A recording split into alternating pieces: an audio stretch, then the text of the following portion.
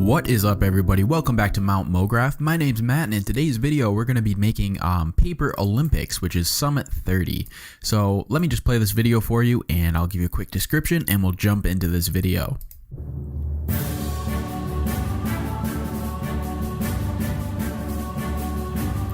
So as you can see, this was inspired by the Winter Olympics, and also FYI, I did put this on the lowest render setting, so we'll just render out really quick for everybody. But if I pause it, as you can see, all these characters and elements have kind of like a paper cutout, like cardboard or something, very papercrafty, thus the name. Anyway, this is super experimental. This is the first project I actually made with this technique. I just figured it out today, and I haven't seen anything like it, so I thought it was cool enough to share with you guys. So I hope you guys have a lot of fun with it. I really did, and I have a couple other videos planned already with this style.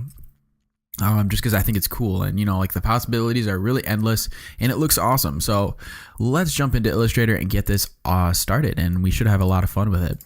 So just do Command N on your keyboard and set your new document up to 1920 by 1080, and there it is. So also, I'm just going to have these two panels here. You can pop them out in your windows right here, your align options and your pathfinder options, and just put them over here. They're helpful. And let's just start by making a quick illustration. So I'm going to create just a little mountain range here. So I'm going to click somewhat randomly just into something that looks like some creative looking mountains. And I'll show you that you actually don't need to put gradients in a lot of illustrations if you just have shape layers with pretty close colors, which I think looks nice. It's all about just keeping stuff nice and simple, at least in my book. And for me, simple has always worked out and looks better than getting crazy with gradients and transparencies and all this stuff. They definitely do have their place, but not so much for these really easy illustrations. So I'm going to make that just a little bit larger than what we actually need and go ahead and turn my stroke off. And let's just start by picking a kind of nice icy blue color. We'll keep it winter themed. And I'll just go up into my color guide and set this to monochromatic 2 as my style. And we'll just roll with it like this. This is a really great tool if you don't use it, just for getting colors that work pretty well together. And obviously you can still tweak them if you want, but it's just good for doing these quick things and just getting a nice feel to your illustration real easy. So I'm going to set this to a nice kind of blue sky, maybe even make my mountains a little bit grayer. So that was easy, just one click. And I already have a pretty decent scene set up. So let's create this second layer of mountains. Like I said, that simple illustrative style that will really lend itself well to this kind of papercrafty look. Because I mean, if you're making papercraft, you're not going to be putting all kinds of gradients and stuff in unless you're super crazy and that's what you want to do for your whole life. Yeah, so just draw a little mountain range. Make this second row just a little bit more simple than your first one. Because we want to start adding like kind of a contrast as it comes forward, just kind of basic. And I'm going to pick a kind of darkish blue if I can find one, or I'll just tweak a setting. Yeah, it looks like I'll just tweak a setting real quick. So just click into your colors, and I'm just going to make this a little bit darker. There we go, kind of icy blue, and that should look all right. And let's just create one more mountain actually, just for a little bit more contrast to everything. Maybe make this one overlay our front layer just a little bit and do really simple shapes. Like you don't need to get crazy. And I'll probably just tell you guys right now, I'm going to run out of things to say for this video. So I'll be rambling at one point or another, but I hope you stick with the video. I promise it is going to turn out cool. So now that we have those little mountains set up, let's go and create some trees. So for the trees, just hold shift and drag out a square here. Hold shift and rotate it on 45 degrees. Just click your anchor point here with your selection tool and drag it up so we get this kind of diamond look. Hold Alt and just drag out a little bit, and hold Alt and Shift and just scale it up, and then hold Alt and drag out one more time and scale that up. And then just position it however you want. You don't even have to make a tree like this. You could spend much more time on it. And I'm just going to keep it like that, and then use my pathfinder and merge these or unite these objects together so I get something like that. And let me just go and select a kind of light gray color if I can find one I like. That looks fine, and it obviously contrasts well with everything.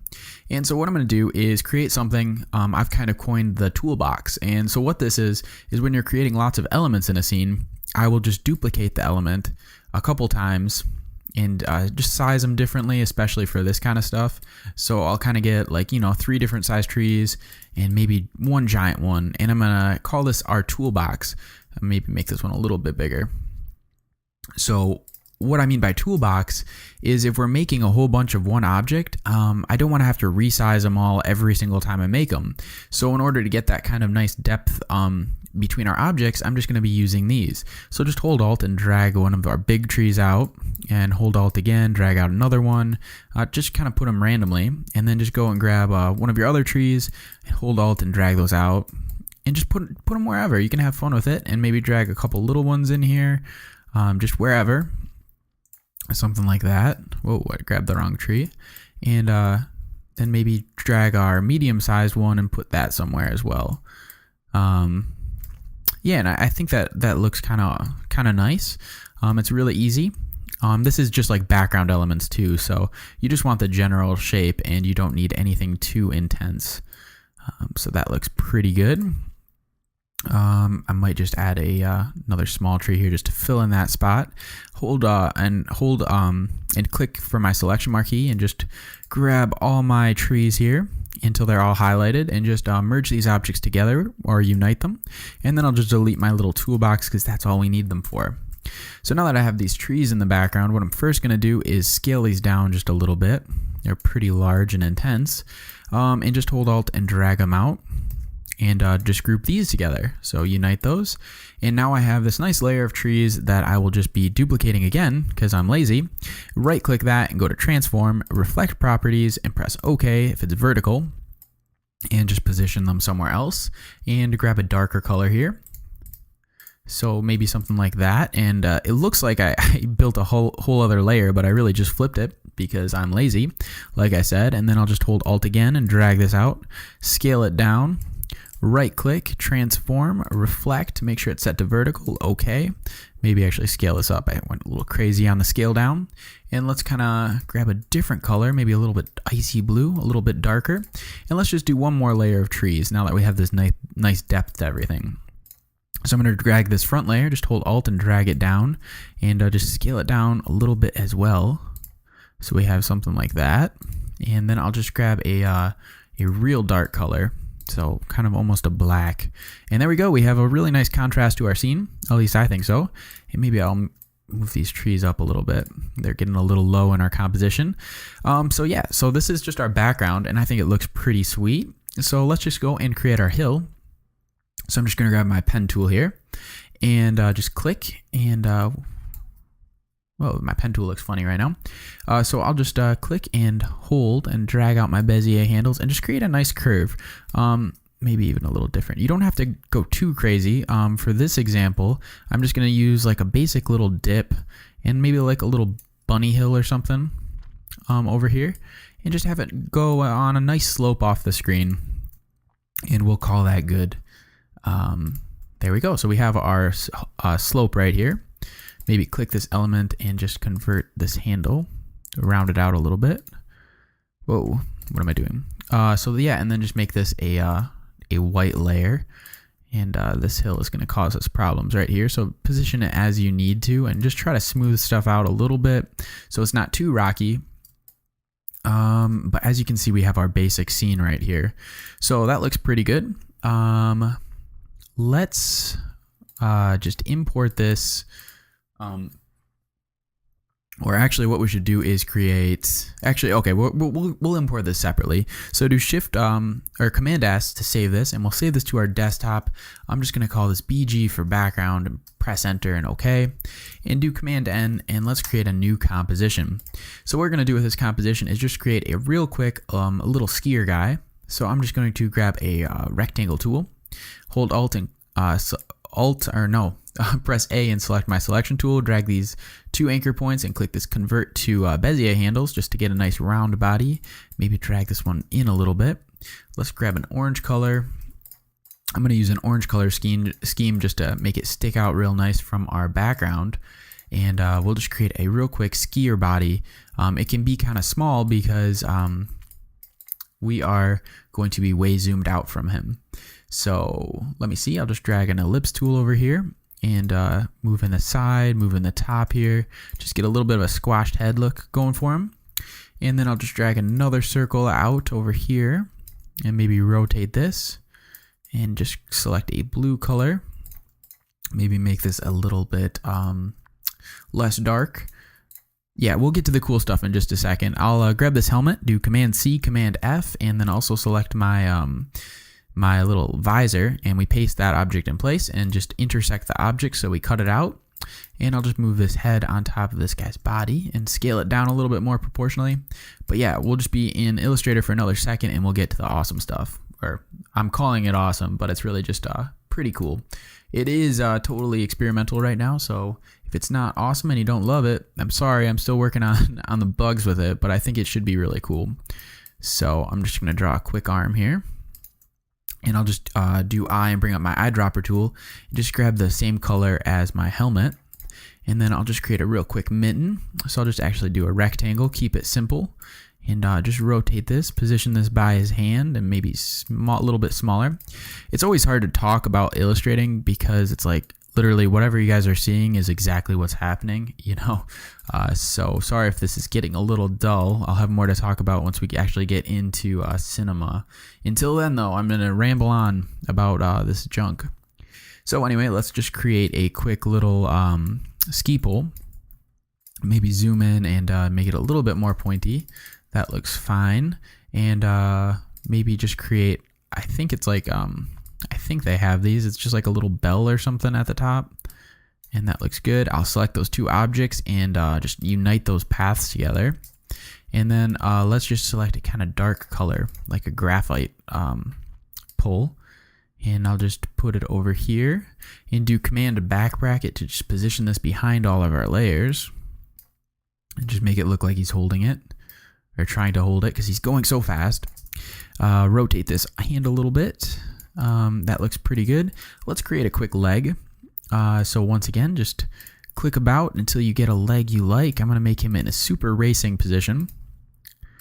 That looks awesome. There he is. He's going so fast. Press I and just select that same color right there and do Command back bracket. Just position this behind my body and make sure I'm liking it and I'm fine with it. And then I'll just create a real quick foot and just press A for my selection tool and click this front point, convert to an anchor, or convert to a Bezier handle, and then I'll just use the same color I used for his hand. So there we go. We have a very nice coordinated outfit that the Olympic people would be very happy with. Let's create a quick ski. So I'm just going to drag out a ski here and just select a kind of reddish orange color. And now what we're going to do is select this leg and his foot and do Command C, Command F to paste it in place, rotate it just a bit, move it back, and press Shift Command back bracket to send it to the back of all of our layers. And we don't have to worry about drop shadows because we'll be doing that in cinema. And I'll just position this a little bit better so everything's connected, all right? And then we'll drag, we'll do the same thing for his arm. So do Command C and Command F, Shift Command back bracket to send that to the back of our composition, and just rotate it a little bit and move it up as you need to. Whoa, what's happening here? So let me rotate that again. And what the heck? I'm trying to rotate it and also move it. Okay, so I'll just do it like this. So just position it so it's a little bit different, give some depth to our composition. And now for the most important step, we're going to be grabbing a ellipse tool and move it until it's intersected with the top of this guy's helmet. Hold Shift and drag out until it intersects with that, like a little pop-up will happen, a green line for me, at the bottom of him. So it's equal to the size of his body, and that is super important, so make sure you do that step. I'm going to select both of these objects, hold Shift and Alt, and just scale him down quite a bit until he's minuscule, something like that, and do Command S, and I'm going to call this Skier. And save that, and we have one more element to create actually. We'll do this real quick. Command N, and what we're going to do is just create these Olympic rings. So I will just go and unselect my solid layers, so it's just a stroke. I'll turn my stroke way up to 50, it looks like, and I'm going to just click this stroke, go into Object and set it to expand. and press OK. So now it's one solid layer. I didn't have to cut anything. And let's just create this logo real quick. I'm not sure if this is like accurate, but it looks just about right. So I'll just do this, do that, and that. That looks just about right. What were the colors here? I think they were a blue. They were a blackish color. Graphite. I'll go graphite. This is not approved by the Olympic Committee, if anyone was wondering. So I don't know if it's the right colors. Create a green and a yellow, I think it was. That yellow is very bright. Just turn it down, tone it down. And there we go. We got some Olympic rings going on for us. Let's create some quick text. I'm just going to type in Sochi and scale this up quite a bit. That looks good. The font I'm going to be using is called Langdon, I think. That looks pretty good. You can use whatever font you want. I don't know the font they actually ended up using. And then just go into your type settings and go and click Create Outlines. And then just scale this up a little bit. And move this over into the center of our composition until it clicks. There it is. And hold Alt and Shift and scale it up again so it kind of goes over our Olympic rings. Very nice. And I'll just make it another blue and maybe make it just a little bit darker. Make it stick out. Find a color that works for you. That is great. I'm kind of happy with that. And we'll be using, once again, the shadows in Cinema 4D to get this looking great. So do Shift Command S. Save this to our desktop or wherever you want to save it. And that is the last thing we have to draw. So congratulations, we got through it. So I'm going to call this one Sochi in all capitals because I love capitals. And let's open up Cinema 4D. I'm going to be using Studio R15 as you can see right here. And so the plugin that I'm going to be using is called ArtSmart. It's totally free to download. I highly recommend it. It's you can download it in my video description. So just make sure to go click it and install it in your plugins, and then you'll be able to get this plugin just by going into your plugins window right here. So that is the trick. So let's start by just go and click our ArtSmart object and bring that in, and let's go and just load our files. So first, let's load our background first. So I'm going to grab my background and just drag it into my art layer. The great thing about ArtSmart is I now have a bunch of 3D layers for myself that I didn't even have to do anything in, but they are in Cinema 4D. So the two things we're going to change is our path spread. We'll change that down to 0. Keep our extrude depth to 10. And click this button, Create Materials, and our materials with the corresponding colors will be created. Select your CV ArtSmart layer and press C on your keyboard. I'm going to save this composition, so I'm going to do Command S and save this to my desktop as Papercraft Olympics, I think is what this video is called. Hope you guys are having fun with this video so far. I thought this technique was super unique, so I was super happy with it. And I got some other cool stuff planned with a similar style because I thought it turned out great. So I'm not tooting my own horn. I'm just saying I thought it was cool. So anyway, let's just grab this top layer here, what would be our sky, and just drag this back a little bit. Next, go into your next layer, and this is actually going to be organized in the same hierarchy we used to build it opposite in Illustrator. So the next one would be the second largest object, and just make a little sandwich. Give each of the layers some space between it, and we'll get something awesome. So let's see, it looks like this is my little extra mountain for no reason. And then this should be our big trees. And you can give it a little bit of space, as you can see. There is some space between each layer, and that'll create some nice shadows for us and create a nice effect. So I'll just drag this one back, and you can just kind of guess. There's not like a set number. It's just whatever looks good to you guys. And drag out my other trees. I think I have one more layer of trees. And we are good. So as you can see, I'll do a quick render for us, Command R. I'm already starting to get a kind of papery looking cool effect. So go up into your render settings actually, and make sure you have ambient occlusion turned on. You can right click and go down to, where would it be? Ambient occlusion. Oh, I already have it selected, but it would normally be right at the top. So anyway, now that with that all selected, let's grab all of these elements except for the very top one, which would be our hill, and do Alt-G to group them in a null together, and call this BG for background. And then I will select this layer, and I'm going to call this hill. So now with our hill selected, what we're going to do is hold T to bring our press T to bring up our scale options and scale this up, or basically extrude it quite a bit until it's much thicker than our other objects, and just drag it back a little bit until there's more space between that than what we did with our other objects. So there's almost like a sense of depth to everything. And that is looking pretty good. So now another plugin that you're going to be using is something called Magic Solo. This is not totally necessary. Actually, we don't need to use it. It's pretty awesome though. It's by Nitroman. It's completely free. Actually, what the heck? Let's use it. I think it's great and it could really help your workflow. So with our Nitroman, you can also install that in your plugins and just dock it somewhere, use it whenever you want.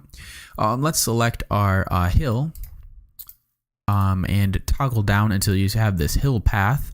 Click your Nitroman plugin, and basically what that does is it solos our layer, whatever layer is selected, by basically creating a little layer that is just temporary. So as soon as I unclick this, it disappears, my layer. But if I click it, it creates a layer just for a second.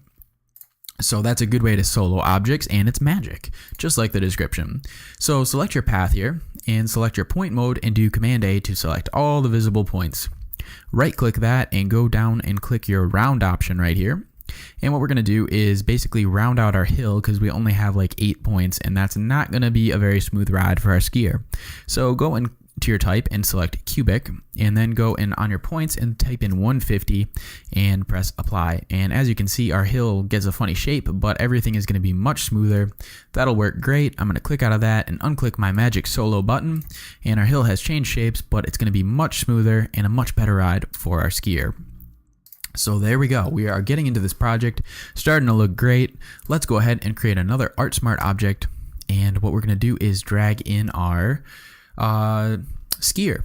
So just drag your skier into your art layer right here, and go and change your path spread to 0. And what we're going to do is with your CV ArtSmart object selected, press Magic Solo, and that's just going to solo our object because we don't need to see the background right now. And yeah, I think we're going to actually turn this extrude depth to maybe just 6. The whole 10 made it look a little chunky. So now with that selected, let's create our materials just like we did before. Let me center that window and press C to make them editable and get all these drop downs. And what we're going to do is first drag our sphere out. So find your sphere. You can just click it and it'll highlight. And I'm going to call this sphere. And now the rest of this is going to be called skier. So I'll do that and drag my skier out just like this, and delete my CV ArtSmart object. And then basically what we're going to do is just position these elements once again in a way that looks good and kind of gives it that paper feel. So I'm going to be finding all his elements. This looks like it's going to be, let's grab his back legs and foot and just move these to the back. Whoa. Or try to move these to the back. There we go. And the cool thing is, since we're perspectively going to be just from the front, we can kind of cheat it and just give it a little bit more depth than what it actually is. So I'll just do something like that and kind of stagger your materials in an interesting way, and we'll use that ambient occlusion. We'll give it a very nice kind of sense of depth, and I think that looks great. So just go ahead and click your objects wherever they may be, and just to kind of position them in an interesting way, and make sure to give them all a different sense of depth. So it's going pretty well for me so far. I'm wondering when some problems are going to happen. There's one. And when everything starts to go too smooth, you start to worry. At least I do, you know. Nothing is ever perfect with computers. So I'll just drag this arm and ski to the back over here, and move this hand forward so it doesn't get any glitches in there. Let's see, grab my visor and give this a little bit of depth if I can select it. And just move this head forward, give that some depth. And now from our side view, it looks like we have a pretty cool looking skier, and we're kind of getting some noise, but that's going to be all right. So now that we have our skier set up, it looks pretty funny from the back, or it looks like a really bad model. We're good to go. So with those selected, let's unclick our Magic Solo button. And there's our little models. those are really, really tiny. So maybe select your skier and sphere. Press T to bring up your scale, and we'll just scale this up a little bit, maybe to 140 degrees bigger for me, and that looks a little bit better. Just was too small with the environment. So toggle down your sphere and also the path for the sphere, and drag out your path. And now actually delete your sphere layer. So we're going to be using something we haven't used in my other videos called a lathe NURB to make a perfect sphere that is the size of the spline. So hold shift and go up into your NURBs and click that drop down and go and click lathe with shift selected, and it's actually alt, sorry, hold alt and click lathe, and that will make a perfect sphere for us. So now with that selected, let's rename this sphere. Right click that and go to simulation tags, rigid body, and go over into your collision tabs, your inherit tag, and set this to apply tag to children, just so this tag is applied also to the spline path, so we don't have anything crazy happen. If I press play, the object is going to drop based on the gravity of our project. So let's also make our timeline a little bit longer. Set that to 15 seconds and just scale this up a little bit. And we are almost there. Now let me grab our hill. So I'm going to right click on my hill, go to simulation tags, collider body, go to collision, inherit tag, apply tag to children, so it is applied to all the objects inside of it. And now what we're going to do is press F2 to go into your top view and just position the sphere. Press E on your keyboard and just position this so it's actually like in the middle of our hill here, and then go back into your perspective and it should be lined up properly. And then I'm just going to move this over and over to the top of the hill here. So I'm going to put this right at the peak of our hill, and if I press play, it's going to collide with the hill and actually roll off, but we're having some stupid issues happen. It's kind of rolling, but it's floating. So what this is going to be is, I'll actually do a quick example for you guys because you're cool. And why not? So if I draw a rectangle in Illustrator, just grab a random color.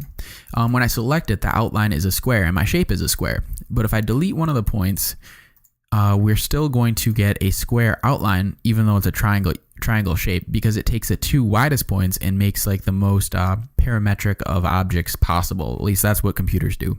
So in Cinema 4D, that is what is happening. It's taking these 2 points and just kind of smoothing out the dip in it, which we don't want. We'd like to see the ball roll down. So go into your hill settings and go into your rigid body tag and go into your shape settings under your collision and set the shape type to static mesh, and go back to the beginning, frame 0, press play again, and now we will have fixed our issue and the ball is going to roll on our hill. So the thing is, you can't add dynamics so easily to this kind of object because it's going to spin and rotate, and there's just, it reacts like real life, and unfortunately his legs aren't going to bend. That would be a lot of rigging that's unnecessary for this kind of look. So I'm using a sphere as kind of like a dummy to get the motion I want for our skier to take, if that was too confusing.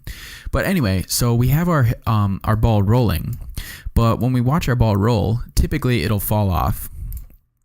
If it doesn't, I'd be surprised, and it doesn't, so I'm surprised. But you guys might have an issue. Normally it'll like roll off or start going off on the wrong direction. I got lucky, but I'll show you a quick way to fix that if that is an issue you're having. So what we're going to do is just go and create a plane object, press F2 to go into your top view, just zoom out a little bit, press R on your keyboard to rotate it 90 degrees. Oh, I scaled that down. Rotate it 90 degrees. Press T to bring up your scale and scale it up quite a bit till it's giant and you'll see this black line. And just zoom in a little bit and position this pretty close to the ball, not quite touching the ball, but just definitely, it's going to be like a blocker. And so right click your plane, go to simulation tags, collider body, and set your bounce, friction, and collision noise to 0. And this will basically just negate anything other than, it's going to be like a bumper, it's not going to add the friction of our object or do anything bad to it. So that's great. So let's bring up our move tool, press command and duplicate this object and just put a bumper on the other side of our ball. And then go back into your perspective, press F1. As you can see, we have this almost a hallway for our sphere to roll down, but we don't want to see that in our render in this view. So hold Alt and click these traffic signals here, and we're still going to get that hallway affecting our ball, but we're not going to be able to see it in our render. So it is really just like an invisible bumper. So that's looking pretty good. So now in this animation, what we're going to want to do is, this ball is reacting well. It's rolling down the hill, but there's definitely, it's not quite that like smooth, icy movement. So let's go into our hill settings and our collider tag and go down into our bounce, friction, and collision noise, and also make these 0 to get that kind of like slippery ice movement. So let's press play, and as you can see, now the ball's not rolling as much as it's sliding, and now it's like it has some speed to it and it looks great. So I'd like to take this motion and give it to our skier. The problem with that is the ball still does rotate, and the skier would rotate kind of too, and that is not what we want. So what I'm going to do is go into my MoGraph module here and select a tracer, and in my trace link on my tracer, drop my sphere into it. So if I press play, it's going to track all the different vertices of my sphere, and we're going to get way too many lines to trace, way too many splines. We don't want those. So I'm going to go and click Trace Vertices and unclick that, and when I press play, it's only going to track the middle of our object, which is perfect. So let's just go to the beginning if you haven't, and press play, and just let it play forward until the ball is off the hill. So I'll let it play for another second, and that is good. So just select your tracer and press C, and it'll convert the tracer into spline points, as you can see. So these are all going to be points for us. I'm going to set the type to cubic as well, and the intermediate points to natural, just so it's nice and smooth. And let's go up to this top here, and let's just delete a couple of these points. So I'm going to go and select my live selection one. I don't really want the drop points so much, and just delete those. Delete that one, and that looks great. So now what we're going to do, we don't really need our sphere anymore, and I'm going to just hold Alt and click that so it's hidden. And now I'm going to grab my skier, right click my skier, go to Cinema 4D tags, align to spline, and drop my tracer into my spline path there, and my little skier guy is going to align to my spline just like it says. Very easy. And if I change my position, he's going to be able to move along this path perfectly. One of the problems is he's not tilting with the path. So let's just turn on our tangential motion, and he's going to rotate a little crazy, which we don't want. So let's press L to bring up our axis modification, or just click this little icon right here and press R, and we're going to just rotate. Whoa, we're going to just rotate this. What the heck? Let's actually go to frame 0. What do we have to do here? I'm going to set this back to 0, and we'll just try to fix him so he's not doing such craziness. That did not fix him. Can't rotate him that way. Yeah, sometimes this tangential motion doesn't work, and you just have to mess around with the axis until it lines up right. I'm just trying to find the right one to change. Just about there. Just a little bit more, buddy. He's a little crooked. This can get annoying real quick. It's getting annoying pretty quick for me. So it does. I'm not gonna spend too much time getting him perfect, but you guys will probably get the idea. You want to just move that around until he's more lined up, and now he's still not perfect. That's really annoying. So we'll just change this until it looks like he's lined up a little bit better. There we go. Yeah, much better. He's on the path. And then we'll press E and just move our axis modification until he's kind of on top, like he's intersecting our hill, just like he would with snow. So it doesn't have to be perfect. And now what we're going to do is go to our frame 0, if you haven't, and go into your align to spline path here, and just set this position to 0, or maybe like 9 for me. He like flips around all crazy on these first ones, just because the ball was dropping and I was probably trying to figure out what was going on. And I'll set a keyframe, or whoopsie, not set a keyframe. I'm going to hold Command and click my position, and then I'll just go forward to maybe 5.8 seconds and just turn my position to like 68 or until he's off the hill. And let's see how this motion is looking. So now he's rocking around a little bit, but he has a pretty realistic movement, which I am happy with. He rocks around just a little bit up here, but that can be fixed, but I'm not going to worry about it. It looks pretty good. So I'm happy with that. Let's just go and create our one other element. Hopefully this video is coming along pretty well for us, and we'll be all good for this animation. Hope you guys are having fun with this. We're just about there, so hang in there. Let's go and click our ArtSmart object one more time, and we are going to drag in our Soshi, or however you say that word, Olympic things we created into our ArtSmart object, and just turn your path spread to 0 like we did before. Press C on your keyboard to make those editable. I'm going to move this way forward just for a second. Whoa, I still have my enable axis modification on. Turn that off. I'll move this forward just so I can see what's going on. And let's actually make these thicker. So I'll just scale this up with everything selected. And what we're going to want to do is select Soshi and just drag this out. Whoa, like that. And do Alt-G to group these. I'm just going to name this layer text. And what we're going to do is basically just tilt these rings so they're not intersecting. So I'm just going to rotate each of them. Let's see. I'm going to rotate each of them just a little bit, just to give some depth. I don't know what the actual layout is supposed to be like. I'm not on the Olympic committee, obviously. Putting up YouTube videos. So not quite at the Olympics. But that was really dumb. Hope none of you guys laughed at that, because that was like the worst thing I've ever said. And yeah, just move them around a little bit, get some depth, and then move this text layer back just a little bit until it's floating above our text. I'll drag this layer out of my CV Arts Margic, delete that null, and I'm just going to call this title. And let's see. Now what we're going to do is go into our cameras and set it to your camera tab right here. Set it to front and then just zoom out a little bit. So we're only going to be able to see from the front. Our perspective is gone, but that's how you get that nice flat style. So I'll press T and scale down my Soshi a little bit and actually go back into my camera's perspective and just grab my title, I said, and just move this back. Actually, it was so far away from everything. Move this up, go back into cameras and set that to front. Zoom out quite a little bit and just position this wherever you want. I'll do Command R real quick and we'll see how our scene is looking. So it's starting to look pretty good. We have that papercrafty look. I'm digging it. But let's add some lights to the scene and then we'll be pretty much right there.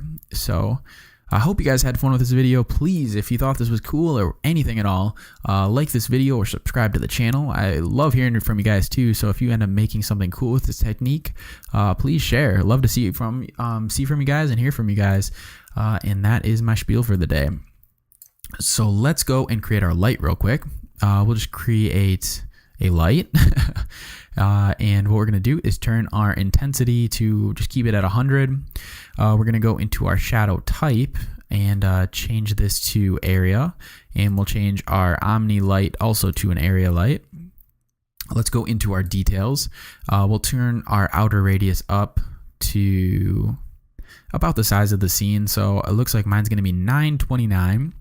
I'll turn my size is actually fine as is.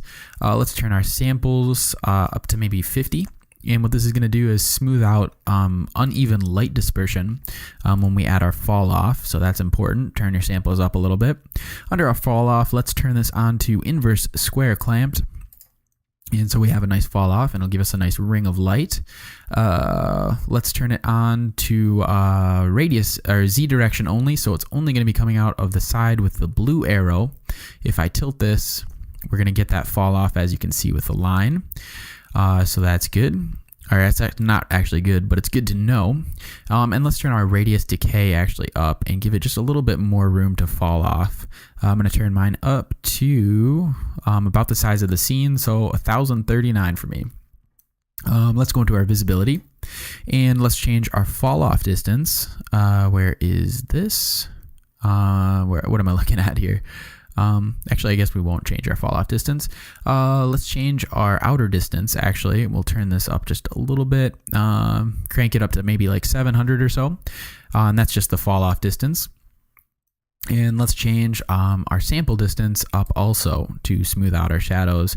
I'm going to turn mine to 51, it looks like. That's what I stopped on. So let's go into our shadow. This is kind of annoying to explain, but accuracy we're going to turn down to 1. Minimum samples will turn to 3, and our max samples to 330.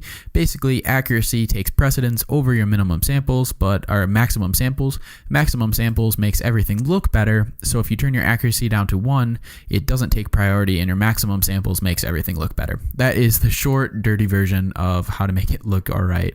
So let me just rotate this like that, 90 degrees, and I'm going to lift this above my scene and get a nice ring of light, and then hold command and drag this out and rotate this, and just move this down a little bit. We're going to put it kind of in the front as a fill light, and now let's just go and click cameras and go to front, and let's see how our scene is looking.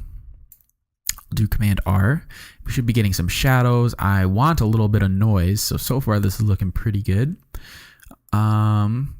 And we're starting to get that paper cutout look. What we might want to do is turn these lights up. So just go into your light settings, and you can actually turn it up higher than 100 and just see how that's affecting our scene. The noise is basically how I like the noise. I thought it was good. Another quick little tip is let's select all of our materials down here. So just hold shift or just click and drag and go into your basic settings. Turn on luminance and go into your luminance tab, and this is going to change all of our objects at once, and let's turn it just to like 12 or something to give it a little bit of a glow and make all the colors pop a little bit more. Yeah, that's looking pretty good. I might go into my render settings, change my ambient occlusion ray distance down to maybe like 20% or 20 centimeters, so it's not so distorted looking. And that looks a little bit better. I'm okay with the noise. You can tweak the settings a little bit more, or if you want to get rid of the noise, you can also just add, you can add other lights to the scene. Maybe go into your perspective and just add like a light over here. Maybe lift it up a little bit and make the color of this light maybe like a light blue, kind of icy tones. And I'll duplicate this light, hold command, put it over there, and we'll pretend the sun's over there. So I'll make almost a little yellow orangey color. And let's just go into cameras, front, and see how this is looking. Command R to do a quick preview, and we kind of got rid of that noise that was back there. That looks a lot better, but the scene is kind of blown out now. It looks a little bit too bright from our lights, so maybe I'll just turn both these settings down to maybe 68 and on the blue one 47, and we got a little bit of the noise back, but I actually do like it, and that's why I called it Papercraft, because it's a little noisy and it looks great. So yeah, that is the video for today. As you can see, we have a nice skier animate, and he kind of changes speeds as he goes on the hill. There's a little funny glitch at the end over here, but yeah, so I hope you guys had fun with this video. I hope you thought it was kind of different, kind of fun, and if you liked it, leave me a comment, drop me a like. As always, this was Matt from Mount Mograph, and after this render, we already got our learn on, but yeah, keep your learn on, guys, and I will see you later. Peace out and enjoy the Olympics.